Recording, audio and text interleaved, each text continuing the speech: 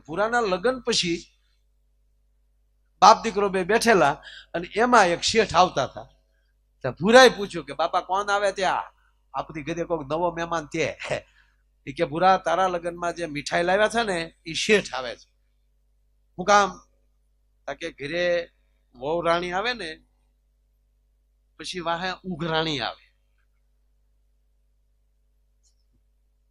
પછી મંડપ વાળા આવે, લાઈટ વાળા આવે. બધા બાપા વાડીએ ઝાડવા ઉપર ચડી ગયા હોય. હવે તો સાવ પાડ મોકલી દેજો, કહેજો નથી. ઓર્ડર તો તું દી આવ્યો તો ત્યારે મોટો થઈ મેરુભાઈ.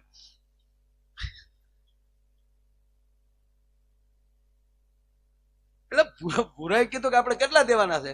એ કે બેટા આપણે છે ને હવે 30,000 દેવાના છે. એ કે બાપા હામાં 60 નો લઉં ને તો ભૂર્યો નહીં.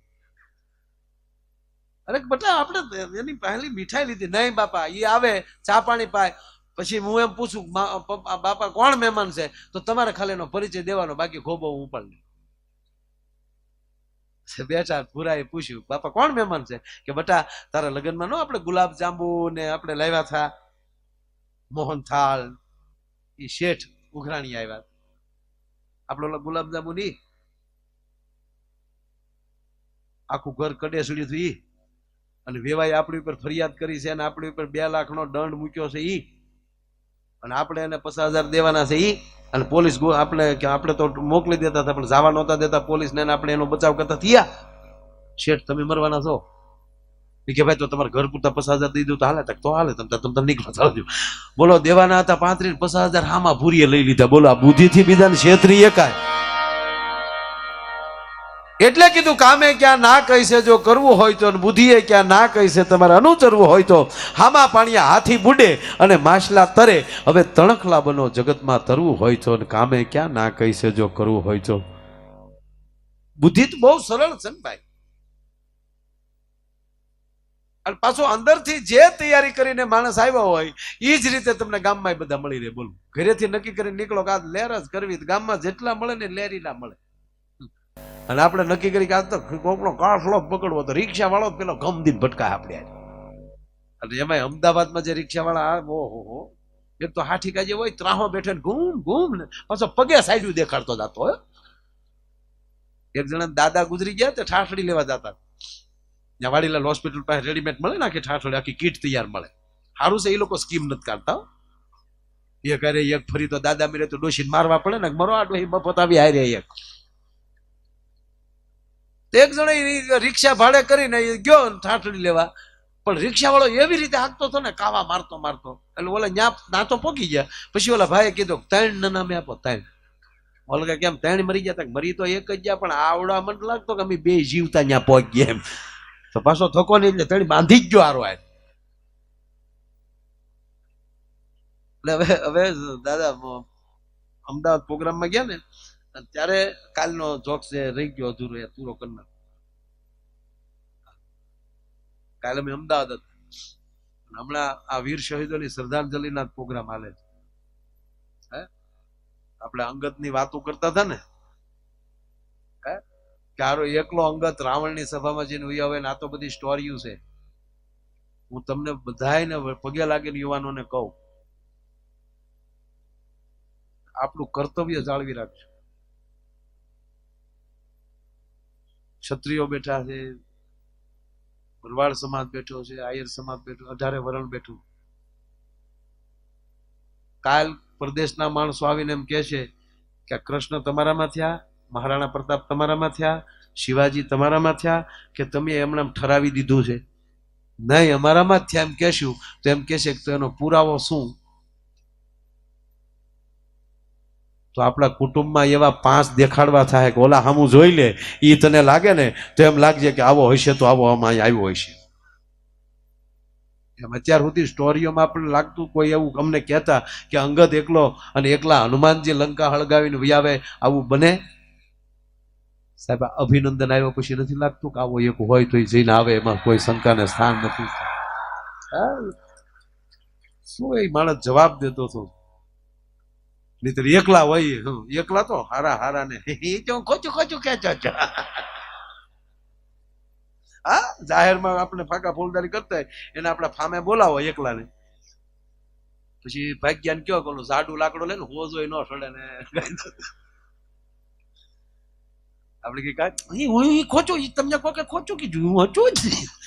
હા હા, ત્યારે એમ થાય કે તું તો રહેવા દે હાવ એકલી વસ્તુ જાણ. અને એને બદલે સાહેબ એના જોયું છે આપણે કે એક ભારત વર્ષનો યુવાન પાકિસ્તાનના કબજામાં જે પૂછે એના પરફેક્ટ જવાબ. નામ આપ્યું, તું ક્યુ પ્લેન લઈને આવ્યો હતા કે મારે કહેવાનું હોય નહીં, તમને ખબર પડી ગઈ છે, એ જવાબ મારે ન દેવો.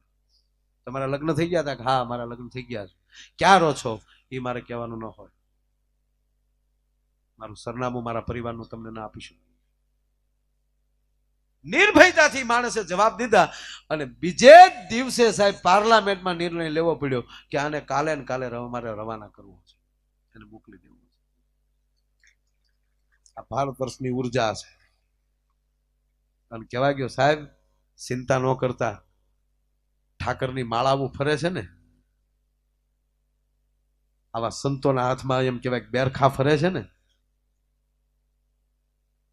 મહાપુરુષની માળાઓ જે જાપ કરે છે ને, એ શું કરે છે? કોઈ એવા માણસો હોય એની બુદ્ધિ ફેરવી નાખે છે. ભારત પ્રત્યે કોઈ ખરાબ વિચાર કરતો હોય એને પણ એમ કહેવાય કે ફેરવી નાખે છે. પૂજ્ય મોરારી બાપુના શબ્દોમાં કહું તો એટલું જ કે અમેરિકા વાળા એક બટન દબે તો વિશ્વનું પૂરું થઈ જાય એવા બોમ્બ એની પાસે પડ્યા છે. ત્યાં જતા આંગળી અટકાવે કોણ? કેવલ ભજનાનંદી પુરુષ. એને એમ કહેવાય કે એનું ભજન ના બળે એમ કહેવાય કે એ માણસને એવો વિચાર ના આવવા દે. નથી ઘણાને આપણે કોઈ તમે કાટલો પકડી જતો એમ કહો કે હવે જવા જાય ને ક્યાં મારું. આ જવા ગયો, આ મોટામાં મોટી મહાનતા છે. આ સમય વાયડાઈનો છે જ નહીં, આ સમય અજરડાઈનો છે જ નહીં. હવે કાવા મારશું તો સામે ટ્રાફિક બહુ થઈ ગયું છે. એવા જ મૂડમાં નીકળે કોક કાવ મર આપણે શીખવી છે, મોરે મોરો આવી જાવ ને પછી કોઈ પરિચય નહીં દે. અને પાછા ગામના વાતો કરે કે અમી કહેતા જ થા ધીમી આગજો, પણ મારા દીકરા કાવા મારતા જ થા. હકીકત કહું સાહેબ, જ્યાં ગેપ મળે ત્યાં ગાડીઓ કાઢતા શીખી જાઓ. કેટલાની સાઈડ કાપી એ ન જોતા, આપણને ક્યાં જગ્યા મળે છે. નરું સત્ય ગૌરવ વાળા છીએ આપણે. ભારત વર્ષના એક પણ એવો સમાજ નથી કે એના કુટુંબનો એના કુળનો તમે એક કહેવાય કે પાયાનો પાણો ખેંચો તો એક ઇતિહાસનું પાનું ન નીકળતું. અને પાંડુરંગ દાદા તો એમ કહેતા કે આપણે બધા ઋષિના સંતાનો છે. એક ભાઈ મને હમણાં કહેતા હતા, મને કે માય ભાઈ હવે ઓલું ખાટલા વાળો પ્રોગ્રામ હાવ બેન થયો ને, ભાભલાના 6 મહિના વરદી ખાટલા હાલતા. ખાટલે ભાભા પીડ્યા હોય, પછી ડોશી હોય જે કાંઈ એ ખાટલે પીડ્યા હોય, ખાટલા ભાઈ થઈ જાય, બે રાખની ડીસું મૂકી હોય બડખા કાઢવા, અવડું લાકડાનો કટકો હોય, ત્યાં રૂમાલિયો બાંધ્યો હોય, એ વળી એનાથી માખ્યું ઉડક્યું હોય, બેઠો બેઠો બહુ આપણે એમ થાય મીંદડો ક્યાંથી આવ્યો, પાણી દે જાઓ બાપા. મને કે આ મારો પ્રોગ્રામ જ બંધ થઈ ગયો. મેં કીધું હા એ બંધ થઈ ગયું. મને કે હમણાં તો એવું જ થાય, ફટ પીડ્યા નથી, ફટ પીડ્યા નથી. મને કે આવું કેમ થયું છે? મેં કીધું પેલા આપણી પાસે કઈ વાહન વ્યવસ્થા હતી નહીં, આખી પૃથ્વીમાં કઈ આપણી પાસે, એટલે કે બધે આપણા ભારતમાં કઈ એટલા બધા વાહનો કઈ હતા જ નહીં. 100-150 વર્ષ પહેલા શું હતું? અંગ્રેજો પાસે હતું અને રાજા મહારાજાઓ પાસે હતું. આપણી પાસે ક્યાંક ઘોડા ને બગ્યું ને એવું ક્યાં હતું નહીં. બરોબર, હટાણું કરવા જતા પાડા ઉપર બેસીને જતા ને કાં વરોળ ભેં ઉપર. એમાં ગીરમાં રહી ને દાદા, એને કાં ધારીનું હટાણું કાં ઉનાનું હટાણું. હજી અમારે ઘણા હટાણું કરવા, હજી માલધારી જાય. હવે તો બધા પાસે વાહન થઈ ગયા, નહીતર પેલા પાડા ઉપર જતા. બધો માખણ નાખ્યો. એક જણો ઉનાની બજારમાં પાડો લઈને હટાણું કરવા ગયો, પોલીસે સીટી મારી. બોલો એ સાઈડમાં રાખ, કેમ હેલ્મેટ નથી પહેર્યો? સાહેબ ને ગગલાવ્યા, સાહેબ હેલ્મેટ 2 વ્હીલ હોય તો પહેરવાનો હોય, આ 4 વ્હીલ છે. બોલો અધિકારી વંડિયા સડી ગયા, 4 વ્હીલ છે, થોડું 2 વ્હીલ છે. એટલે મેં કીધું કે પેલા વાહન વ્યવસ્થા નહોતી, તેથી જમરાજા પાસે વાહન વ્યવસ્થા નહોતી. એ બિચારા ન્યાલી જમલોક માલી પાડો લઈને આવે, પછી દિલ્હી ઉતરે, દિલ્હીથી ગુજરાત ગોતે, ગુજરાતમાં ભાવનગર જિલ્લો ગોતે, આપણો તાલુકો ગોતે, આપણું ગામ ગોતે, આપણું ઘર ગોતે, ત્યાં વરસ થઈ જાય. તો અત્યારે અહીંયા કોમ્પ્યુટર આવી ગયા તો ન્યાય જમરાજાએ ગોઠવી જ નાખ્યું હોય ને, નો હવે ત્યાં ખેપ મારતા જ નથી, ડાયરેક્ટ આમાં કોમ્પ્યુટરમાં જોઈ લે કઈ તારીખે આવ્યા છે, આ તારીખે આવ્યા છે, કઈ તારીખે પૂરું થાય છે, આ તારીખે પૂરું થાય છે, આમ કરીને ડબ દિન ન્યા સાપ પડે, માયો યાર ગાતો હોય તો ડબ દિન ન્યા પાછા ગામ વાતો કરે, આ ઘડે રામાપીનો હેલો ગાતા હતા લઈ ગયા. અને પછી આ દાદા દુનિયા બહુ રેડી છે હો, ગાતા ગાતા કદાચ ગુજરી ગયા હોય ને તો કઈ ડાયરા બેન ન રાખ્યો, એ ભાઈ એને એક લઈ જાઓ ને બીજાને બેસી જાઓ, ખોટું પબ્લિક એના. અને પાછા ઉપેલી આપણને ઠપકો દે, અમે કહેતા હતા એટલી ઊંચું ગવાય જ નહીં, રઘુ ક્યાં ગઈ ઘડી. હકીકત અમારે એક સ્ટેજ ઉપર બનેલો, એક બેન ગાતા ગાતા ટળી ગયા, એટલે બોલે કે લુગડું થાકી જાવ લઈ જાઓ, પછી અપસકુન થાકડો બીજાને બેહાડજો, બીજાને બેહાડજો. પણ કેવા ગયો સાહેબ, જ્યાં ભગવાન હોય અને જ્યાં ભોળા હોય ત્યાં ભગવાન વહેલો હોય. હમણાં એક છોકરો ભણવા ગયો ને, એટલે આગલે દી નહોતો ગયો ભણવા હો સાહેબ, તે બીજે દી ભણવા ગયો એટલે એના સાહેબ ખીજાણા, કેમ કાલ નહોતો આવ્યો, કેમ કાલ સ્કૂલ પાડી. બોલો છોકરો ખીજાણો અહીં છે ને, આપણે સાહેબને ખીજાણ ગયો કાલ ન આવ્યો તો શું થઈ ગયો. છોકરો બોલ્યો હામો લખું, કાલ ન આવ્યો તો થઈ ગયું, શું ગયું, અરે આવવું જોવે, અને કાલ આવ્યા થવું એને તમે એક દીમાં કલેક્ટર કરી નાખ્યા બધાને, તો સાહેબ ઢીલા પડી ગયા. હું ક્યાં કાંઈ કહું, એક સાહેબ તો ભણાવતા ભણાવતા હુઈ ગયો, ભણાવતા ભણાવતા હુઈ ગયા ને એમાં આચાર્ય આવ્યા, ફળક દિન સાહેબ જાગી ગયા, કાલે લે ઊંઘ આવી ગઈ, સાહેબ જોઈ ગયા, તા તો જાગતા હોય સીધા પાઠ મનાવે પડે. મિત્રો જો હું જે વાત કરતો હતો એ કુંભકર્ણ આવી રીતે છૂતો હતો, લે આમ કરીને પગાર વધારી લીધો. બોલો, અને માત તત્વ તો દાદા માત તત્વ આખી વસ્તુ જુદી. પછી બ્રહ્મની માં હોય તો ભલે, ઝૂંપડામાં જીવનારા એક નાના એવા માણસની માં હોય તો ભલે. કહેવાય ગયો કુરુક્ષેત્રના મેદાનમાં ભગવાન કૃષ્ણ જયારે એમ કહેવાય કે અર્જુનનો રથ લઈને ધીરે ધીરે ધીરે ધીરે કરતા એમ કહેવાય કે રથ લઈને હાલ્યા જાય છે, અને દેવકી માની હવેલી પાસેથી નીકળવું, અટારીએમાં દેવકી બેઠેલા, અને ભગવાન કૃષ્ણને જ્યાં જોયા એને ખબર છે કે આજે ભગવાન કૃષ્ણના રથ, અર્જુનનો રથ લઈને કૃષ્ણ કુરુક્ષેત્રમાં 18 દિવસ યુદ્ધમાં રહેવાના છે. અને એવી વાત સાંભળ્યા પછી કૃષ્ણને જતા જ્યારે જોવે છે, અને અટારીએમાં દેવકી કૃષ્ણને જોવે ને આંખમાં લઈ જાય આહું પડવું, અને માં જશોદા માં દેવકી આ બેયમાં ફેર એટલો છે, એકે જન્મ આપ્યો છે ને એકે મોટો કર્યો છે. હવે તમે સાંભળી લો, જણનારી જનેતા દેવકી છે ને. હવે દેવકીની નજર પડી અને દેવકીની આંખમાં આહુડ આવ્યા, અને ભગવાન કૃષ્ણ પોતાનો રથ ઉભો રાખ્યો, રથથી નીચે ઉતરી અટારીએ જઈ અને માં દેવકીને કહે છે, કેમ માં તારી આંખમાં આહુડા છે? ગોપાલ, નહીં માં તને કોઈ કાંઈ કીધું છે કે ના? બેટા મને કોઈએ નથી કાંઈ કીધું. તક તો રોવાનું કારણ, હું અર્જુનની સાથે યુદ્ધમાં જવાનો છું, 18 દિવસ એની સાથે રહેવાનો છું, એની તમને તકલીફ છે, ડર છે કે તમારો દીકરો પાછો નહીં આવે? તક એનોય ડર નથી. એનો ડર મને ક્યાંથી હોય? કારણ કે મેં તને શત્રુભુજે જોયો છે, તું પ્રગટ્યો ને ત્યારે મને એ ખબર છે કે તું કોણ છો. તક તો તમારી આંખમાં આહુડા કેમ છે? સાંભળજો, દેવકી એટલો જવાબ આપ્યો કે ગોવિંદ, આજ ગોવિંદ એટલો યુવાન હોય, એટલી મોટી ઉંમર હોય, અને આજે રથ લઈને જતો હોય, અને તોય જો એટલો રૂડો લાગતો હોય,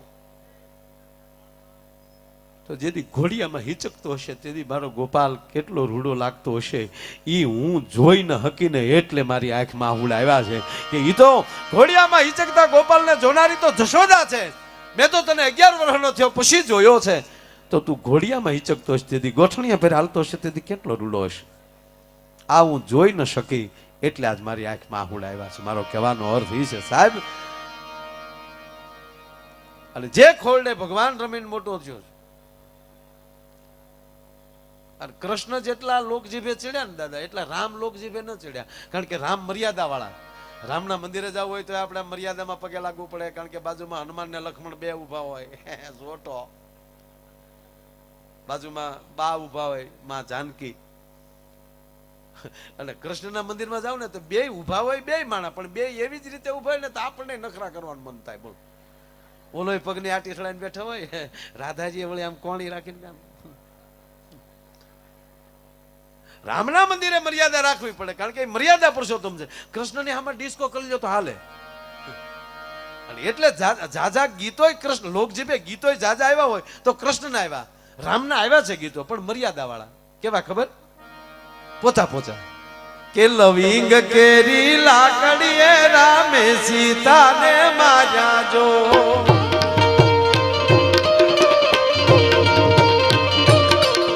એ લવિંગ કેરી લાકડીએ રામે સીતાને માર્યા જો,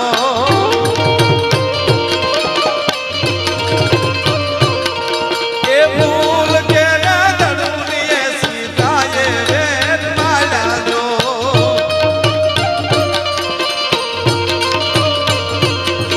એ લવિંગ કેરી લાકડીએ રામે સીતાને માર્યા જો. પોચા લવિંગ કેરી લાકડીએ રામે સીતાને માર્યા જો, તાકે ફૂલ કેરે દડુલીએ સીતાએ વેર વાળ્યા. આમ પોચા પોચા ગીત. કૃષ્ણ જે રાસમાં રમઝટ બોલાવે એવા નહીં. આપણે કૃષ્ણના તમે ગીત જો તો આ કીર્તિભાઈ જે ગાયજી એવા સરસ એના ગીતો, અને એનું આ ભાગવત. સાહેબ મને ક્યારેક કહેવાનું મન થાય કે ગમે એટલી સારી સ્ટોરીઓ લખાણી હોય, ગમે એટલા સારા ફિલ્મો લખાણા હોય, તો એક બે વાર ને ત્રણ વાર, અને આ હજારો વર્ષથી એનું એ બધું હાલ્યું આવે છતાં જ્યારે સાંભળીએ ત્યારે એમ લાગે કે આ ગઈકાલની ઘટના હશે. આમાં શું તત્વ પડ્યું છે? કલ્પના તો કરો મિત્રો.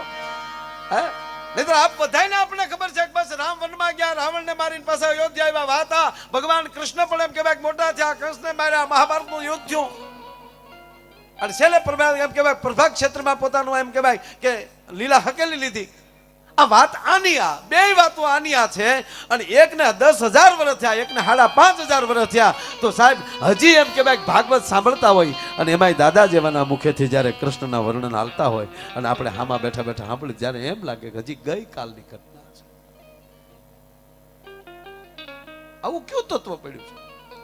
તમે રોજ તમારા આપણા એમ કહેવાય કે રોજ તમને માણા પેંડા ખવડાવે તો તમે કેટલાક ખાવ? રોજે રોજ ટકે ટકે પેંડા ઉભા રહે, ટકે ટકે દૂધ પાક આવે.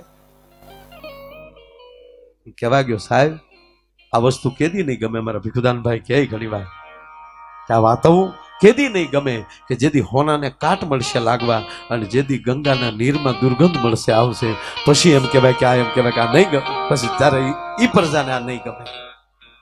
પણ હોનાને કોઈ દી કાટ નથી લાગવાનો, ગંગામાં કોઈ દી દુર્ગંધ નથી આવવાની. શું કામ? 100 કિલોમીટરને અંતરે મહિને 2 મહિને આવા કાર્યો જે ચાલુ થયા ને, અને ખરેખર અજીતભાઈ અત્યારનો જે યુગ છે ને ખરેખર ટના ટન આવ્યો છે. સાહેબ ભાગવતના મંડપ ન ખાય તો અવડા મોટા, રામકથાના મંડપ ન ખાય તો અવડા મોટા. નકર કૃષ્ણ પોતે ગીતા બોલતો હતો, અર્જુન સિવા મારો દાદો કોઈ સાંભળવા વાળો નહીં. આખા મહાભારતના યુદ્ધમાં અર્જુન એક સાંભળતો હતો, બાકી તો હો ની તલવારી જ ગણતા હતા. અલા ભાઈ સાલું કરે કરવાનું છે.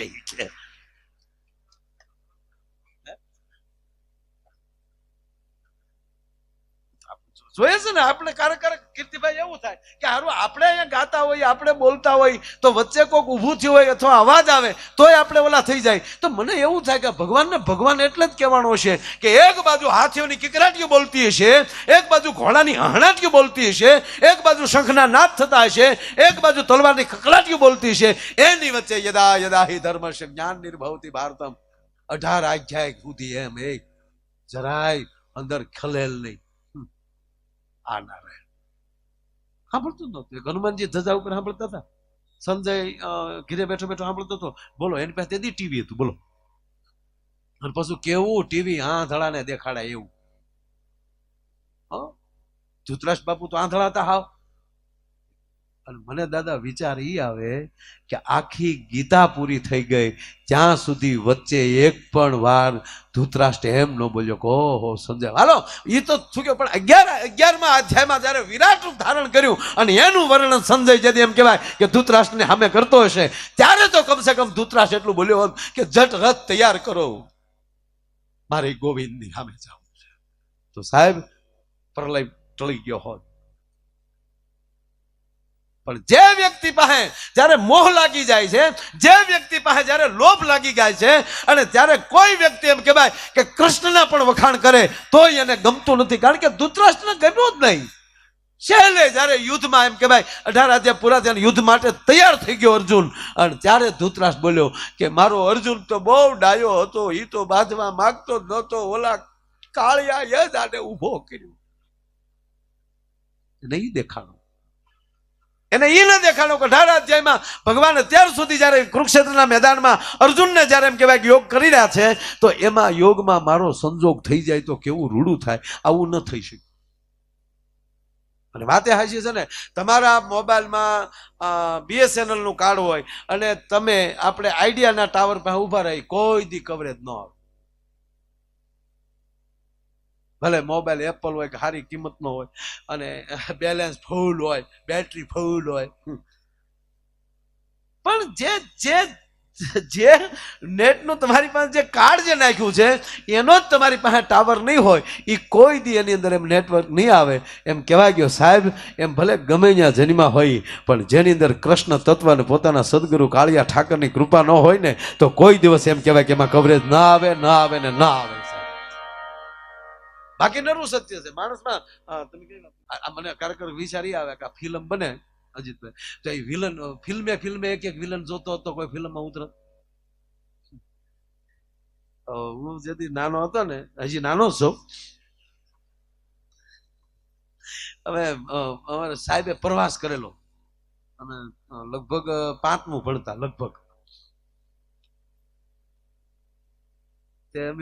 અમને સાહેબ ફરવા લઈ ગયા અમારા સાહેબ. અને જે સાહેબ હારા હોય ને પ્રવાસ બહુ કરાવે, કારણ કે એનું ફેમિલી ફ્રી હોય,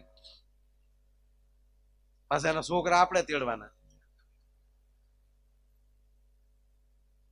સાહેબ ક્યાં ગયા? આયા બેઠા છે.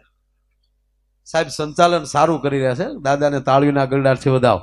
આખી કથાનું સંચાલન પોતે દિવસે. પણ આ દાદા સાચી વાત ને? હા, એ હમણાં મેં નિશાળ કરી પછી ખબર પડી.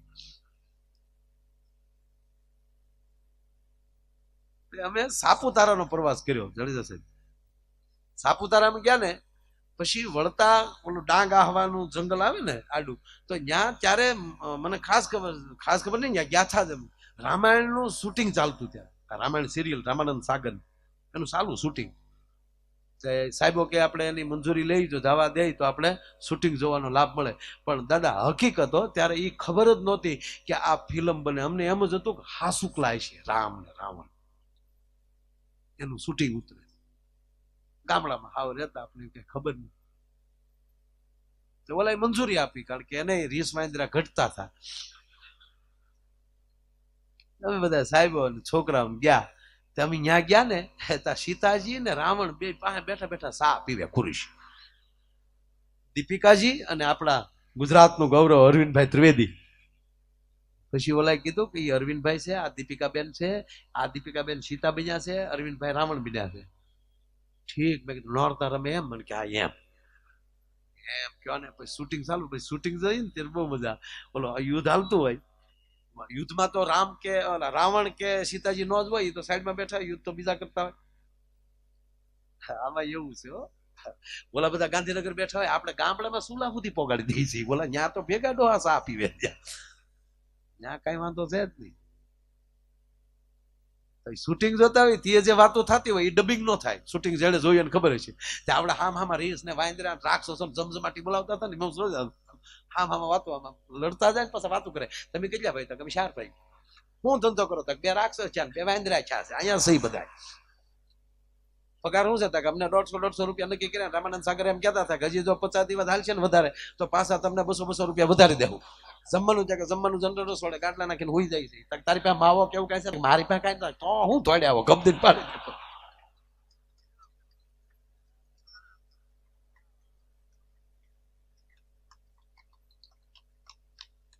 આવું છે બધું. આ તો પછી એનો ત્યાં ગયા નિર્માતા ને એને ખબર હોય, પછી પાછું મઠારીને બધું ભેગું કરે. એમ આપણે તો વાસ્તવિક એવા જ છીએ, પણ આપણો સદગુરુ ને આપણો ઈષ્ટદેવ આપણે મઠારીને ભેગા કરે છે. આ બુદ્ધિ તત્વ જ એવું છે. એક કાશીના પંડિત સંસ્કૃતના વિદ્વાન પોતાની સંસ્કૃત પાઠશાળાઓ ચલાવે, સંસ્કૃતિનો પ્રચાર કરે, સતત હરિભજનમાં રચ્યા પચ્યા રહે અને કેવી રીતે સંસ્કૃતિ વધારે પ્રચલિત થાય એની સતત ચિંતા કર્યા કરે. પણ એમ કરતા કરતા કરતા મોટી ઉંમર થઈ ત્યારે એના સદગુરુ પાસે જાય કે ગુરુજી, મારું આપ બધાની કૃપાથી બહુ સરસ મારું કાર્ય ચાલે છે, પણ મને ચિંતા એ છે કે આનું આ કાર્ય ધપાવી રાખે એવો વારસદાર મારે નથી. મારે સંતાન યોગ છે કે નહીં? ગુરુએ કીધું એક કામ કરો, શિવનું ભજન કરો, મહાદેવનું ભજન કરો. અને આ પંડિત એમ કહેવાય શિવ ઉપાસનામાં ગંગાના ઘાટ ઉપર બેસી ગયા અને સમય થતા મહાદેવ પ્રગટ્યા અને મહાદેવે કીધું માગી લો પંડિત, શું આપું? અને ત્યારે કીધું મહાદેવ, આપ તો અંતર્યામી છો, આપની સામે મારે શું કહેવાનું હોય? ના પંડિત, છતાં માગો કે પ્રભુ મારે એક સંતાન યોગ નથી, મને એક દીકરો આપો. અને મહાદેવે કીધું કે સપૂત આપું કે કપૂત? ભોળાનાથ ભોળાનાથ છો, કારક ઢોંગે સડી જાય. બોલો પંડિત, તમને સપૂત આપું કે કપૂત આપું? મતલબ એટલો કે કપૂત હશે એ લાંબુ જીવશે, તમને પીડા દેશે, અને સપૂત હશે એ ટૂંકું જીવશે અને તમને સુખ આપશે. એટલે પંડિતે કીધું તો સુખ આપે, આપણા લાલચ તો ખરી જ ચાલી, કે તો સપૂત આપો. કે તથાસ્તુ, તમને સપૂત, તમારી ઘરે દીકરો થશે, સપૂત થશે, પણ પંડિત 5 વર્ષ જીવશે. 5 વર્ષ જીવશે કીધું એટલે સુખે થયું ને પાછું દુઃખે થયું કે યાર 5 વર્ષ જીવીને વયો જાય તો એનાથી મોટું દુઃખ શું? પણ કાંઈ વાંધો નહીં, મહાદેવે કીધું છે ને. અને સાહેબ યોગ થતા ઘરે દીકરાનો જન્મ થયો અને દીકરો ધીરે ધીરે ધીરે ધીરે એમ કહેવાય 4 વર્ષનો થયો અને કેવલ 1 વર્ષ હવે મૃત્યુ આડું બાકી. અને આને ચિંતા થઈ, ફરીવાર સદગુરુ પાસે જાય છે. ગુરુજી, મને એકને જ ખબર છે કે મારો દીકરો 1 વર્ષ પછી ગુજરી જવાનો છે, હવે આનો કઈ રસ્તો ખરો? હવે એનો રસ્તો એક જ કે કાશીના ઘાટ ઉપર રોટલો ચાલુ કરી ગયો, હરિહરને હાક પાડી ગયો, અને એમાંય પછી કોઈ જો સંત આવી જાય અને સંતનો કોઈનો આશીર્વાદ મળી જાય એટલે બીડો પાર. વાત છે 1 મિનિટની મિત્રો, પણ એક ટુકડો કેટલું માણસને કરી દે. અહીંયા તમે જોવો છો કે જ્યારથી કથા ચાલુ થઈ અને ત્યારથી કેટલું હરિહર ચાલે છે. આ માણસને કીધું કે તમે એક સંતોનો જો કોઈ આશીર્વાદ મળી જાય. હવે આ પંડિત તો એટલા બધા ભાવ વિભોર કિશોરસિંહ થઈ ગયા કે જેટલા જમવા આવે ને એમાં એને સાધુ જ દેખાય, સંત જ દેખાય. પધારો વાલા, પધારો વાલા, એમ કરતા કરતા કરતા સાહેબ 5 વર્ષમાં 4 દિવસ બાકી રહ્યા અને એમાં સપ્ત ઋષિ આવીને ઉભા રહી ગયા. સપ્ત ઋષિનો જે આમ પ્રવેશ થયો એટલે પંડિત અને એમ કહેવાય કે એમના પત્ની બે એમ દંડવત પ્રણામ કર્યા, પગે લાગ્યા. અને એમાં જે ઓલો બાળક હતો જેના મૃત્યુ આડા હજી કેવલ 4 દિવસ હવે બાકી છે, એ છોકરો જ્યાં પગે લાગ્યો તો 7 ઋષિના મોઢામાં જવાબ નીકળી ગયો, આયુષ્માન ભવ, આયુષ્માન ભવ કીધું એટલે વચ્ચેલી માવતર હટી ગયા. અને પંડિતે કીધું કે ઋષિ તમે જાણો ને ભોળોનાથ જાણે, કારણ કે હવે આના મૃત્યુ આડા કેવલ 4 દી છે અને સપ્ત ઋષિના મુખમાંથી શબ્દ નીકળી જાય કે આયુષ્માન ભવ, તો કાલ હવારે સાધુને ઋષિઓ ઉપર ભરોસો કોણ કરશે? એટલે કે પંડિત ગરીબ ભારે કાંઈ વાંધો નહીં, લાવો છોકરો તમારો અમારી પાસે. અને સપ્ત ઋષિ અને એમ કહેવાય કે બ્રહ્માજી પાસે લઈને ગયા એટલે સપ્ત ઋષિ બ્રહ્માજીને પગે લાગ્યા, બ્રહ્માને પ્રણામ. એટલે સામે બ્રહ્માજીએ કીધું સપ્ત ઋષિને પ્રણામ. છોકરાને ટાપલી મારી, છોકરો મોર થયો, છોકરે બ્રહ્માને પગે લાગ્યા એટલે બ્રહ્માજીના મુખમાંથી નીકળી ગયું આયુષ્માન ભવ.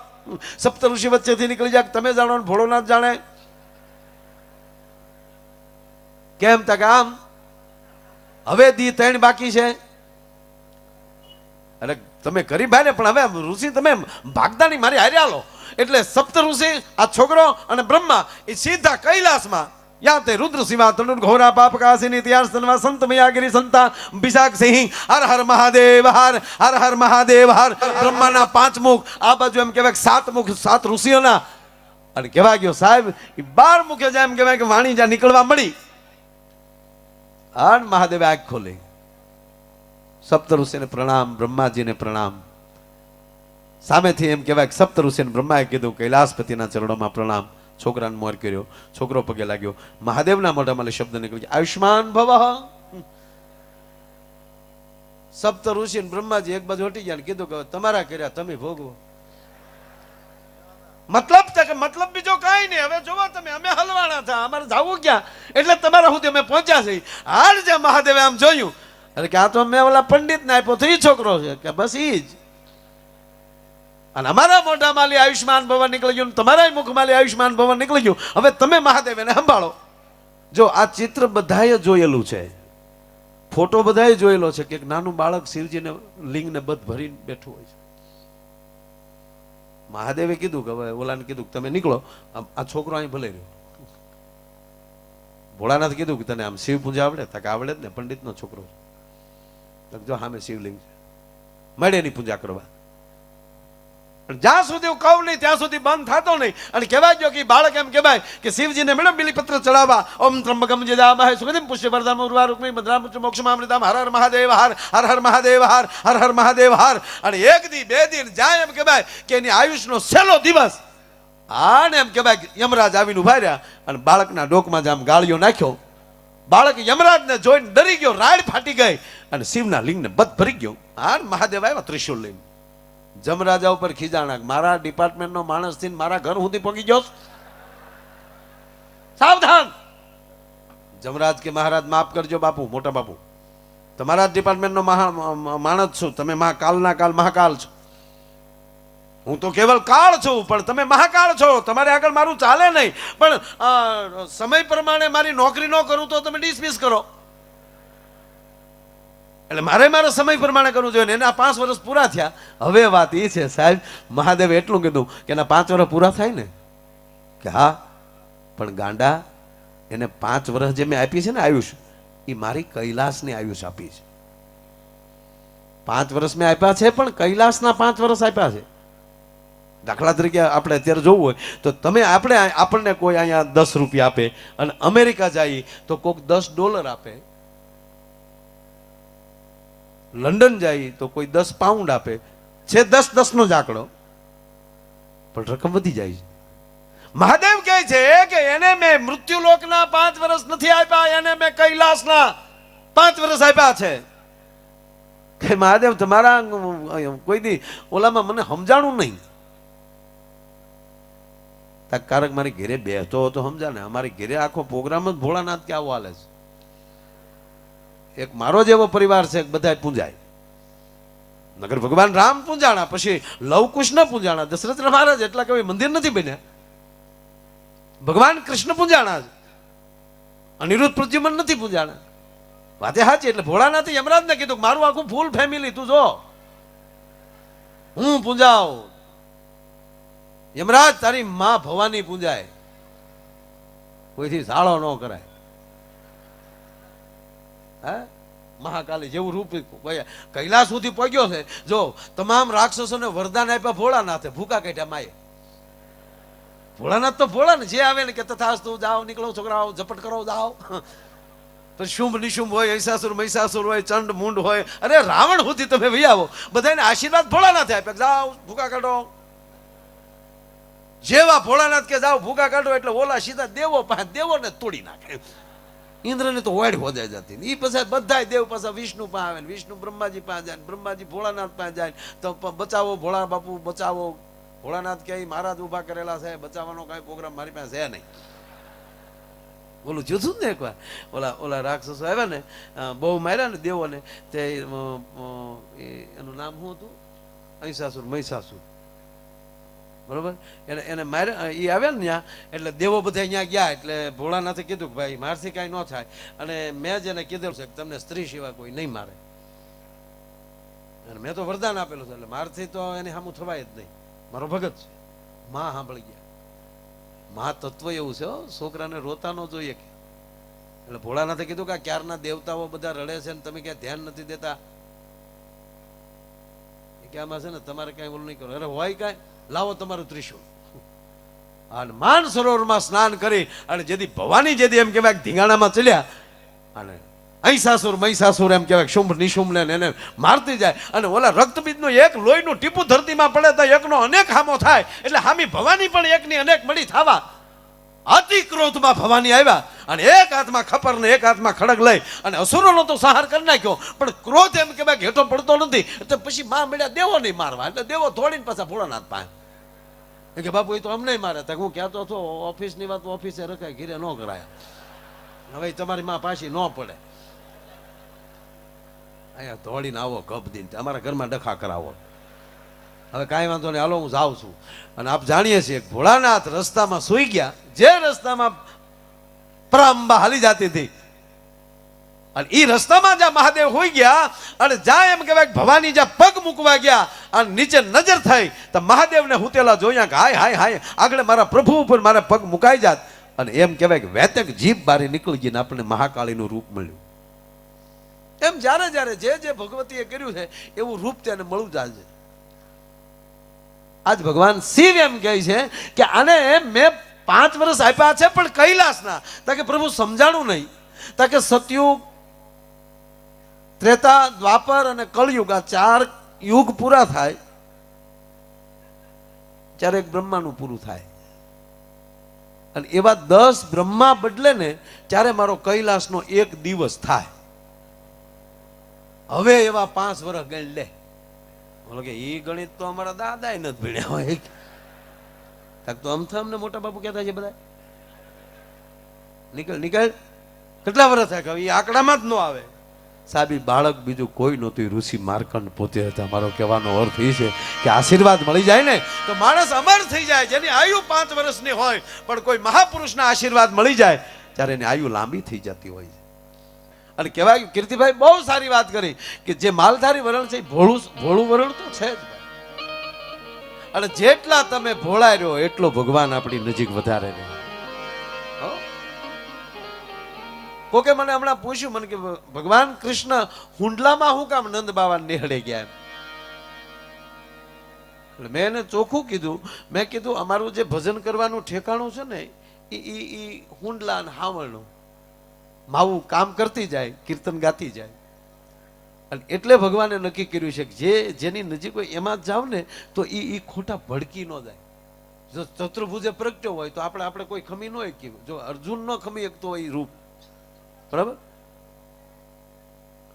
મથુરાની જેલમાં શત્રુભુજે પ્રગટ્યા પણ સીધા બાળક બન્યા. અને પછી જયારે એ ટોપલામાં આવ્યા એટલે એક ભાઈએ પૂછ્યું કે ઈ તમારે નિહળે કેમ આવ્યા? વાત સાચી છે. અને ત્યારે જવાબ આપ્યો છો કે તમારે કોઈ પણ ભગવાનનું સ્થાપન કરવું હોય તો ગાયુના ચાણથી અને ગૌમૂત્રથી આંગણું લીપવું જોવે કે નહીં? તાકે હા. તાકે અમારે લીપવાની જરૂર નહોતી. ગોઠણે ગોઠણે અમારા ફળિયામાં સાહેબ અમારી ગાઉના એમ કહેવાય કે સાણ લીપાણેલા હતા. જ્યાં જેની તૈયારી હોય, તમારે અહીં હેલિકોપ્ટર ઉતારવું હોય તો હેલિપેડ બનાવવું જ પડે. તમારે પ્લેન ઉતારવું હોય તો એના માટે રનવે બનાવવો જ પડે. એમ તમારે નારાયણને ઉતારવા હોય તો આવું ભજનનું માહોલ બનાવવું જ પડે, નહીતર ના આવી શકે. ભલામણ કૃપા વસ્તુ જ જુદી છે. મારે તમને હાસ્યની દાંત જ કઢાવવા છે, કોઈ જ્ઞાનની વાતો કરવી નથી.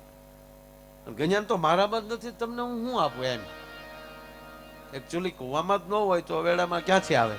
પણ કૃપા શું કરે એનો એક મારે નાની વાત કરવી છે કે અહીંયા એટલા સંતો બેઠા છે, રામબાપુ થી લઈને બધા. એક આશીર્વાદ મળી જાય તો માણસ ક્યાંથી ક્યાં પહોંચી જાય. એનો એક નાનો દાખલો. કીર્તિભાઈને જોરથી તાળીઓથી વધાવો, ખૂબ આપણને આનંદ કરાયો. અને મેં તમને કીધું હજી એને ખાલી ટેલર દેખાડ્યો છે, મૂળ મુદ્દો આખો બાકી છે. અને જિગ્નેશ દાદાની અહીંયા હાજરી છે, રાજુલા વિસ્તાર ધારાસભ્યભાઈ અમરીશભાઈની હાજરી છે, અમારે રાજુભાઈ અહીંયા માનધાતા એ પણ ઉપસ્થિત છે. દરેક મેં કીધું એમ કે 18 આલમ અહીંયા ઉપસ્થિત છે. અને આવો રૂડો જ્યારે કાર્યક્રમ છે, ભગવાન ભાગવતનું આયોજન છે. અને જોગાનું જોગ 7 તારીખે આ કથા ચાલુ થાય અને તે દિવસે જ ઈસુ બાપુની નિર્વાણ તારીખ હોય. આ તો કુદરતી બન્યું. દાદાએ કાલે પણ વાત કરી, કારણ કે જે સદગુરુ જે કરાવે ને એ જ થાય, બાકી કાંઈ ન થાય સાહેબ. અને ઈસુ બાપુની પૂર્ણ કૃપા સંતોષભાઈ ઉપર ને આખા પરિવાર ઉપર, જો કે આખી બોળી નાત ઉપર સાહેબ. પણ જે કાંઈ કરાવે છે, જે કાંઈ દેવરાવે છે એ બધું સદગુરુ કરાવે છે. જો કૃપા ન હોય તો શું થાય? હું ઘણી વાર કહેતો હોઉં દાદા કે કીર્તિભાઈને અમે ઘણી વાર આપણે ટ્રેનમાં ક્યારેક જતા હોય તો ખરેખર બહુ સારા કલાકારો જેવું જ ગાતા હોય છે. ટ્રેનમાં જે ડોકમાં વાજુલીને વગાડતા હોય, સારા સૂર હોય, સારું ગાતા હોય, પણ કૃપા નથી એટલે મંચ નથી મળતું. એમ સંપત્તિ બધાય પાસે હોય, પણ આવું કરવાનો વિચાર આવે ને એ સદગુરુની કૃપા છે. ભલા માણા, આપણે લખીએ છીએ ને કે પિતૃઓના મોક્ષાર્થે ભાગવત રાખ્યું છે. 100% 7 દિવસ ભાગવત સાંભળો એટલે પિતૃને મોક્ષ મળે મળે ને મળે. આપણે ધંધુકારી જેવા તો નથી ને. જેનું ગયાજી શ્રાદ્ધ કરે, ગૌકર્ણજી પોતે જઈ અને સતાય જો એને મોક્ષ ન મળે, અને એ જ વ્યક્તિ પાછું પોતાને આંગણે જ્યારે ભાગવત સાંભળે ત્યારે એને મોક્ષ મળતો હોય. પણ કહેવા ગયો સાહેબ, ભાગવતની એટલી મહાનતા છે. મેં મહાપુરુષો પહેલી નરેનભાઈ સાંભળ્યું છે કે કેવલ પરિવાર ભેગો થઈ અને ભાગવત બેસાડવાનો વિચાર કરે ને ત્યાં આપણા પિતૃઓને મોક્ષ મળી જતો હોય છે. ભલા મારા, એ તો પછી આ કથા પૂરતા અહીંયા આવ્યા છે તો ઉતારા કરતા જાય કે આજે મારો પરિવાર. અને કહેવા ગયો, અહીંયા હું પહેલે દિવસે બેઠો ત્યારે અહીંયા બધા વડીલોના ફોટા જોતો હતો અને હું સંતોષભાઈને કહેતો હતો. મેં કીધું સંતોષભાઈ, બધા પરિવારના, મને કે માયાભાઈ અમારા આખા આ પરિવારના ફોટા છે. વર્ષો જેના જેના મળ્યા છે એ રાખ્યા છે. કોઈ રૂડું સંતોષભાઈને ભરતભાઈને હું નથી લગાડતો દાદા, પણ ભગવાન રામ જેદી મહારાજ દશરથનું શ્રાદ્ધ કરવા માટે ગયા ને, અને જ્યાં પિંડ દેવા માટે જ્યાં જાય ત્યારે 1000 હાથ બારા નીકળ્યા હતા પિંડ લેવા માટે. અને તેથી ઋષિ મુનિઓએ પ્રશ્ન કર્યો હતો કે અત્યાર સુધી તમારા રઘુકુળમાં કોઈએ શ્રાદ્ધ નથી કર્યું, પિંડદાન નથી કર્યું, કે કર્યું જ છે?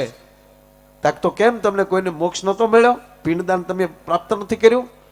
તાકે ના. કે કેમ? તાકે અમને અમારા ભજનની ખબર હતી કે અમારા કુળમાં એક દી રામ આવવાનો છે, તો એ જેદી તર્પણ કરે ને તેથી એના હાથની વાટે અમે બેઠા હતા. સાહેબ કહેવા ગયો, એક આવા ઉજળા જ્યારે યુવાન કે કોઈ પરિવારમાં થતું હોય ત્યારે પિતૃએ રાહ જોઈને બેઠા હોય કે ક્યારે કોઈક એવો એમ કહેવાય પરિવારમાં જાગે અને આવું ભાગવત બેસાડે.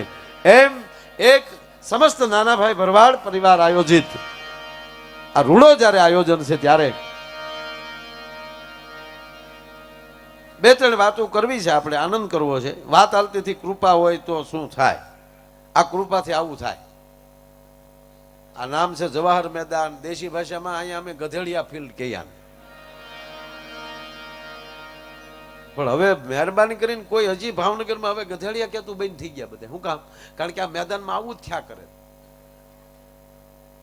બહુ સારી સારી કથાઓ, સર્કસે આવે, જે કાંઈ થાય આમાં થાય. પણ એમાંય ક્યારેક આવા કાર્યક્રમ થઈ જાય ત્યારે એના જે વાઇબ્રેશન હોય છે ને એ આખા જિલ્લાની અંદર નહીં સાહેબ, જે પરિવારની જે વ્યક્તિ જે વિસ્તારમાં આવી હોય ને એની અંદર એમ કહેવાય કે વાઇબ્રેશન કામ કરતા હોય છે. એટલે આવો અદ્ભુત અને શબ્દ વાપરો ને ભાઈ, ભવ્ય અને દિવ્ય. ભવ્ય તો હોય જ, પણ અમુક મહેમાનો અને અમુક સંતોની હાજરી આવી જાય ને ત્યારે દિવ્ય બની જાય. આપણે લાઇટો લગાડી દઈએ પણ એમાં પાવર ન હોય તો એકલા લેમ્પ લગાડ્યા હોય. અમારો પૂરો હમણાં લેમ્પ લેવા ગયો, ઇલેક્ટ્રોનિક દુકાને જઈને કહે કે કાળો બલ્બ આપો. કાળો બોલો કે કાળો શું કરવો? અંધારું કરવું. બોલો લ્યો, હવે અંધારા કરવાના લેમ્પ હોય ક્યાંય ભાડ્યા? વયાવો મહેમાનો, વયાવો.